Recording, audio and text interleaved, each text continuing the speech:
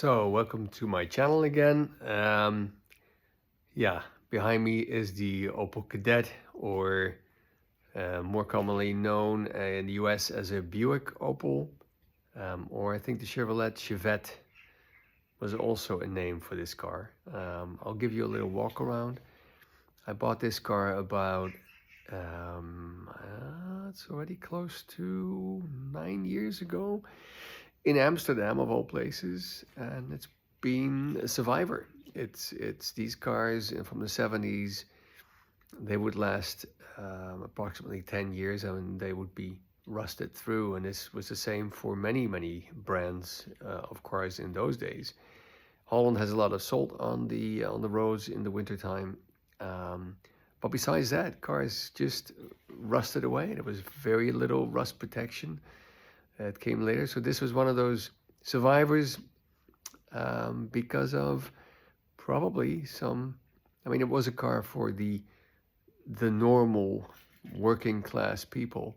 So they probably saved for this car quite a long time, and then took good care of the car. And probably when it rained or in wintertime, cleaned it up, put it in the garage, had it dry, because it had extremely little rust. I think only where in the trunk, where the spare tire is, that bucket, there were 2 or 3 little holes, and in the front where the battery tray is, there was some rust, which I've fixed, but nothing on the doors, nothing on the fenders, and there is always an immense amount of rust there. So this car had been taken care of in a wonderful way. But I'll do the walk around now in English, because I have it one in Dutch, and since then a lot has changed as well.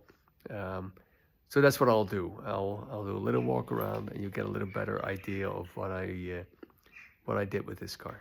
So this is the little Kadett. I bought it as a black car,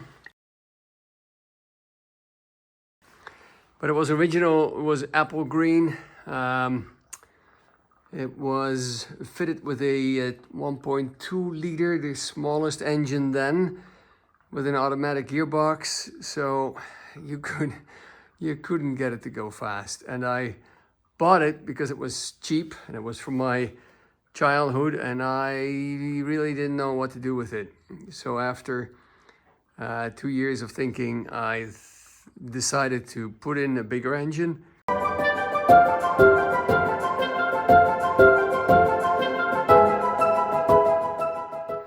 And to change the car into a fun rally car with which I could drift. And this is it. So to quickly walk you around, in order for this engine to fit, wasn't that much work. It's a 1.9S, stands for sports, engine I got from Marktplaats. It was fitted with an injection system. I took that off, and I have put on 2 double Webers. So in effect, it's 4 carburetors with 2 joint float balls. In order to fit all this, I was told that the rear axle would not work with this engine. It would break. It was not, the axles the drive axle would break. So I got another. So when told that I did this, and I fitted a manual transmission. In this case, it's a 4-speed, but I still have a 5-speed in my stock that I will fit at some point. But I might do something else before. But in order to get that all working, I needed to change the rear axle.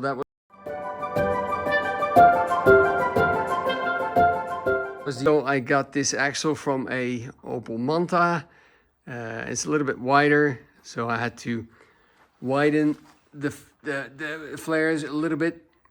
So this is the Manta axle. This should easily handle the horsepower. What else did I do to this car? Yeah, fitted a roll cage. It's a full roll cage, and then, although it's a bolt-in, I put these bars in as extra side protection, and I welded those. Those are scaffolding rods, so they're thicker metal. Did all the electricals, put a lot of lights on. I put these racing seats in with 4-point belts, so that even if you would get in a crash, you cannot hit the steering wheel. I put this ragtop roof in. They're fitted on a lot of little French cars and Volkswagens here in Europe, and they're easy to obtain. I managed to get one for 50 euros. What is it? $60 or something. They're much more expensive, but if you look long enough, you will find one that's a little bit cheaper.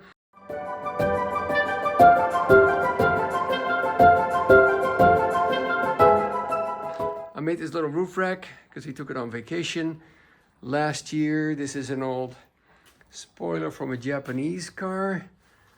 It's steel, so it's strong. Now I have a third brake light as well. Well, I showed you in the other clip that I put these rear lights in. And I just cut the bumper. I did a hitch because I do like to take trailers and other stuff with me. The text on the side is Swedish. It means green, grönt, kul, Kadett, a green, fun Kadett. And for the rest, it's just fun. The car changes every time. It's not a fixed. Keep on changing because this is the one that doesn't. This is the one that gets more fun every time I do something to it. So we made a sun visor on the car, on which we put some lights, a nice horn. What else did I do and what's the plan? Well, the other plan is, or this is actually a conduct for a vent in your kitchen. And those are other vents that I got from the test. I changed the front somewhat.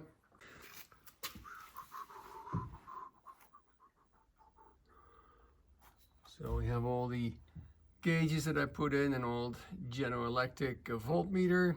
There's got the oil pressure, oil temp. We have various switches for the starting button, of course, fuel pumps, ignition.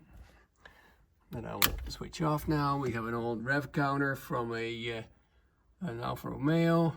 And I might, because I'm still thinking of getting a little bit more horsepower in this car, putting in a North engine from Alfa Romeo. They have a double overhead camshafts, or the Fiat engine that was also put in many cars of Fiats in the 70s and 80s. And that's a pretty nice engine, and the sound is so much better than this sound is with a single overhead camshaft. So that's the walk around on my little Kadett. Well, let me know what you think. If I turn around for the next clip, we're going back on the Beetle. So these are just pictures of some fixing points I had to weld, new shocks and new brakes, and some reinforcement of the upper or the lower linkage of the front suspension. Some more pictures of the painting. Where we did it with rattle cans, nothing special. It's a matte paint, so there's not much you can do wrong here. And that's so far the entire car.